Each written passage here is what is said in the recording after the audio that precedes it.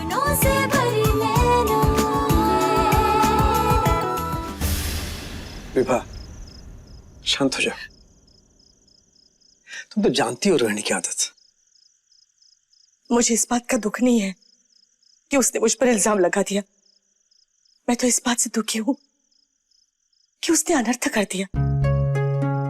कुछ जानने समझने से पहले उसने ये मान लिया कि मैं चिंटू के लिए पूजा कर रही थी, और आवेश में आकर उसने बद्दुआ दी कि गणपति बाप्पा मेरी प्रार्थना कभी नहीं स्वीकारेंगे।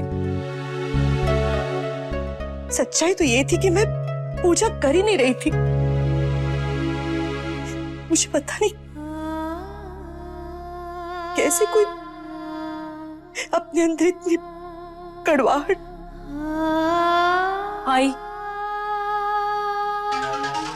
आई मुझे माफ कीजिए। I am sorry I. मैं समझ ही नहीं पाई कि आप दक्ष के लिए पूजा नहीं कर रही थी, लेकिन आप भी समझने की कोशिश कीजिए ना।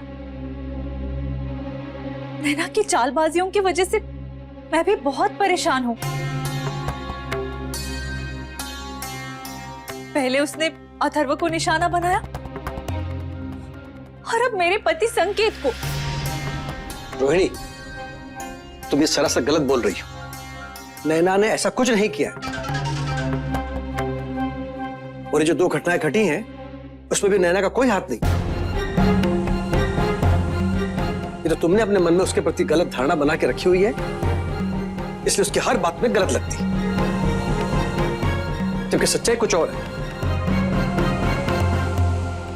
बाबा, आप सच्चाई से दूर भाग रहे हैं क्योंकि आप सच्चाई देखना ही नहीं चाहते।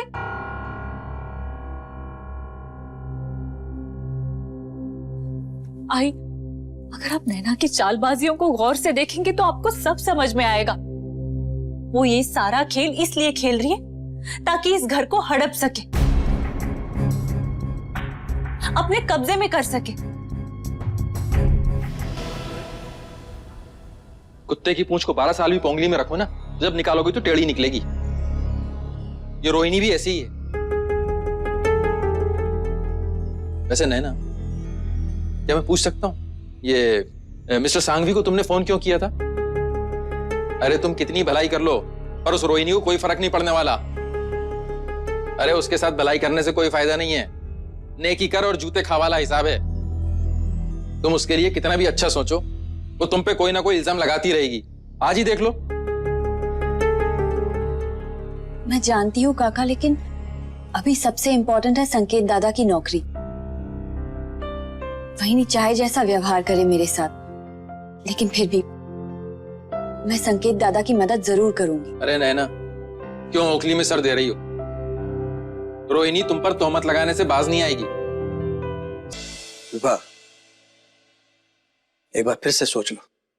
इस रोहिणी के कहने की वजह से तुम फिर से नैना से सवाल जवाब करोगे, फिर से उस पर इल्जाम लगाओगी। मैं पागल नहीं हूं नैना पर फिर से इल्जाम लगाने के लिए। मैं बस उसकी मंशा जानना चाहती हूँ। मैं जानना चाहती हूँ कि वो इस घर में क्यों रह रही है, वो क्या चाहती है।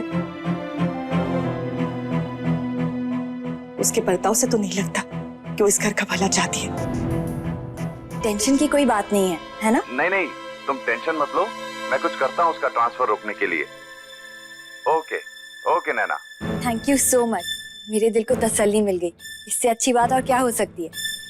और हाँ mister Sanghvi, congratulations once again. हाँ, उसी बात के लिए तो मैं आपको कॉन्ग्रेचुलेट कर रही हूँ।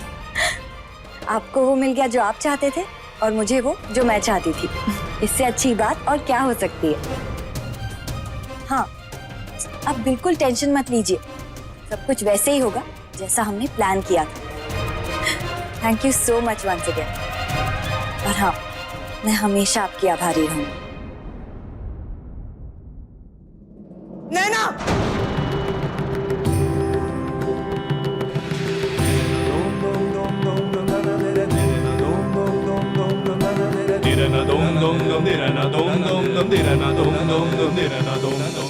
जिस घर ने तुम्हें आसरा दिया, उसी घर के खिलाफ तुम षड्यंत्र रचा रही हो।